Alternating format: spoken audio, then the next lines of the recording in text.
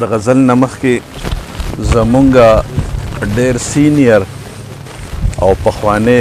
مرستیال چا چې زموږ سره د دې ټولنې په جوړولو کې او د دې ټولنې په چلولو کې ډېرې هلې ځلې کړي دي. نن بیا زموږ په معمولي غوندې دعوت د هغوی په راتګ باندې زموږ دا محفل ښایسته دی او هغه رحیمداد بازدا دی او ورسره زموږ مسخیل صاحب چې هغه د ادب په دنیا باندې ښکاره شوی دی. باقي خبرې خو به بیا هغوی په خپله باندې وکړي، خو زه د دوی دواړو ډېر د زړه له تله د یو سینیر غړي د اواز ملکانډ په حیث باندې د زړه له تله شکریه ادا کوم او مختصر غوندې خپل یو غزل ویم. د غزل مطلع ده په منت او په زارو نه کیږي بلکل، په منت او په زارو نه کیږي بلکل، کور د کلي په جرګو نه کیږي بلکل، او ډېر څیزونه په روپو اخیستی کیږي، ډېر څیزونه په روپو اخیستی کیږي، ډېر څیزونه په روپو نه کیږي بلکل، او یو چې ښکلی وي بلها بل پې مینې، یو چې ښکلی وي بلها بل پې مینې،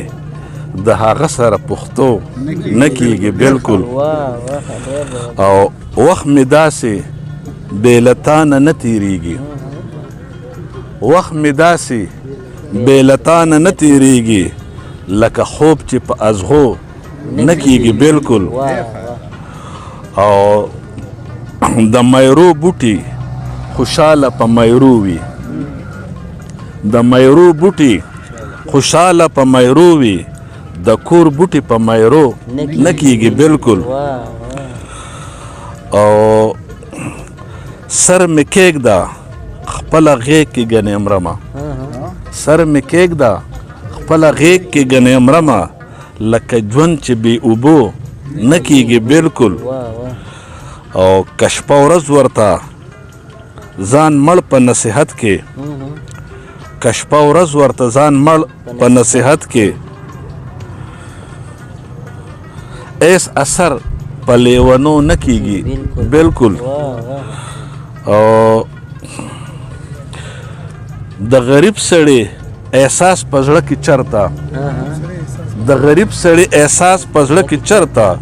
چرته چرته د مړو نه کیږي بلکل، او مقصد چې